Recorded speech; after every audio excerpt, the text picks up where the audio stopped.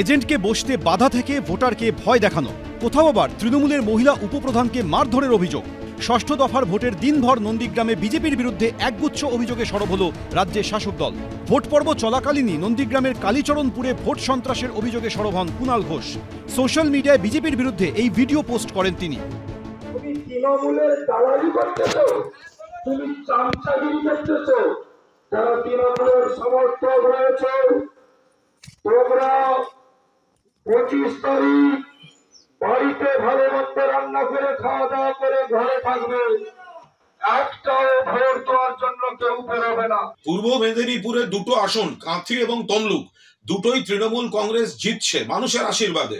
সেই কারণে বিজেপি বেশ কিছু পকেটে নন্দীগ্রামের সোনাচূড়া খেজুরির দিকটা সেখান থেকে পরিকল্পিতভাবে বহিরাগতদের ঢুকিয়ে যেভাবে সন্ত্রাস করছে, মারছে, বুথ দখল করছে, কেন্দ্রীয় বাহিনী কিন্তু নিষ্ক্রিয়। কুণাল ঘোষ পোস্ট করছেন যে বিজেপি নাকি প্রচার করছে যে 25 তারিখ সব বাড়িতে থাকুন, তৃণমূলের যারা আছেন তারা ভোট দিতে বেরোবেন না। আমি বলতে পারবো না, ওনার সম্পর্কে অনেক বড় নেতা। এদিকে নন্দীগ্রামের মনসা বাজার এলাকায় বেশ কিছুজন তৃণমূল কর্মী সমর্থক ভোট দিতে পারেননি বলে অভিযোগ উঠেছিল। সেখানে পুলিশ গিয়ে আশ্বস্ত করার চেষ্টা করে। গাড়ি আছে, গাড়ি দিয়ে নিয়ে যাবো। না স্যার, এরপর চাপটা কে নেবে? তোমরা চলে যাবে। আমরা আছি। মনসা বাজার এলাকায় অনেক মানুষ ভোট দিতে পারেননি এবং এই মুহূর্তে আমরা দেখতে পাচ্ছি যে পুলিশের বিশাল বাহিনী এসছে তাদেরকে যাতে ভোট দিতে যান সেইটার জন্য তাদেরকে বলতে। পুলিশ এখন আছে, এরপরে সুরক্ষাটা কে নেবে? ওনারা তো চলে যাবে, ওনারা তো সরকারি সার্ভিস বলা, ওনারা কি থাকবে সবসময়? থাকবে না, ওনারা তো চলে যাবে। এর পরবর্তীকালে স্টেপটা কে নেবে? পুলিশ এসছে তো, যাবেন না? কতদিন থাকবে বলো? এখানে থাকতে কোনো ভয় লাগছে না আপনার? মরে আর যাই, থাকতে তো হবে। মরে গেলে অনেক ভালো।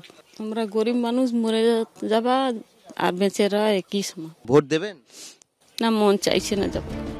সাউথখালীতে আবার ব্রিজ পুড়িয়ে দেওয়ার অভিযোগ ওঠে, ফলে ভোট দিতে যেতে পারেননি বেশ কয়েকজন তৃণমূল কর্মী।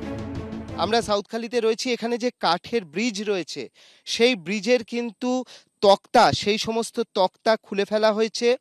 রাতের অন্ধকারে এই তক্তা সমস্ত খুলে ফেলা হয়েছিল এবং আমরা দেখতে পাচ্ছি যে এই কাঠের ব্রিজ, সেই কাঠের ব্রিজ কিন্তু আগুন লাগানোরও চেষ্টা হয়েছিল, এখনো পোড়া দাগ রয়েছে এখানে।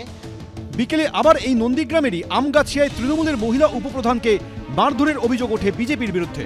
পাল্টা বিজেপি কর্মীকে লোহার রড দিয়ে মারধরের অভিযোগ ওঠে তৃণমূলের বিরুদ্ধে। অর্ণব মুখোপাধ্যায়, বিটন চক্রবর্তী, এবিপি আনন্দ।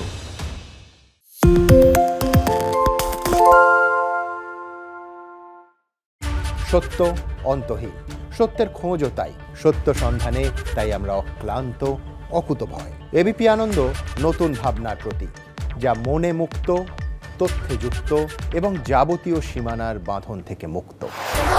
সীমা না শব্দটির মধ্যে লুকিয়ে আছে মানা শব্দটি, যেন চোখ রাঙানি এক অদৃশ্য ব্যানাজার, যা আটকে রাখে আমাদের এক ছোট্ট গণ্ডির মধ্যে।